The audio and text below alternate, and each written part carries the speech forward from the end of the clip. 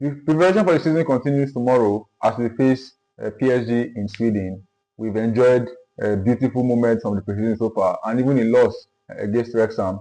Tomorrow against PSG affords us another opportunity to try our tactics and our resilience against a top side. I mean, PSG has been one of the best teams in the world recently. They've won the Champions League back to back. So tomorrow's test will be very, very important in determining how far we've come in our preparations for the season. And while this game is going on, I want you all to focus on three important aspects of the game. And the first one is integration.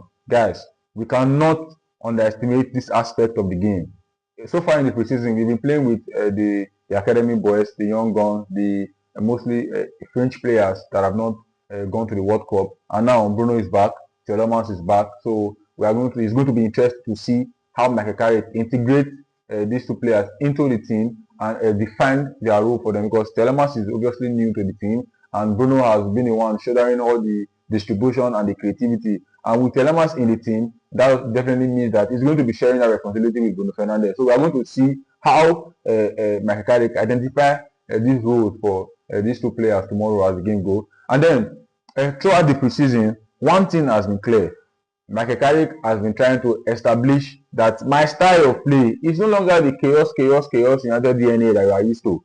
It's not a more controlled system, a more controlled style of play, short passes, triangle, solving situations through short passes and build-up play. But no longer resorting to long balls or trying to run counter-attack on this kind of play. Although we still play transitional football, but it's not as chaotic as it was before Carrick. So we are going to see how United dominate that midfield tomorrow against a high pressing side. We are going to see how the players execute these tactics. You know, big games like this, the difference is always execution. Which team executes their tactics to the latter? Which team or which player in a team was able to step up more to deliver in important moments? So tomorrow's game is going to be a game of time margin. It's going to be about execution. So we should watch out how the players execute the tactics. And then the most important one is, you see, over the years, specifically under Ten Hag,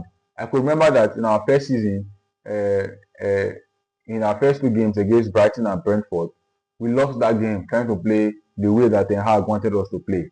And then he said, okay, since he saw that this was not going to work, he had to reverse the tactics to favor the players that we had in the squad. So whenever the team is going through a problem or we cannot solve a particular solution, the players or the team will always revert back to what they know, which is going long or trying to run, and it doesn't always work. So tomorrow I want to see, when push comes to shove, how will the players respond? Will they still go back to the old ways of going long and trying to bypass the midfield, or will they solve the problem through a smart and tactical build-up? And that is something we should also look at for tomorrow. These are three aspects of the game that we cannot afford to miss out tomorrow while the game is going on. So tell us, guys, which part of the game are you looking forward to, and which player are you hoping will perform tomorrow?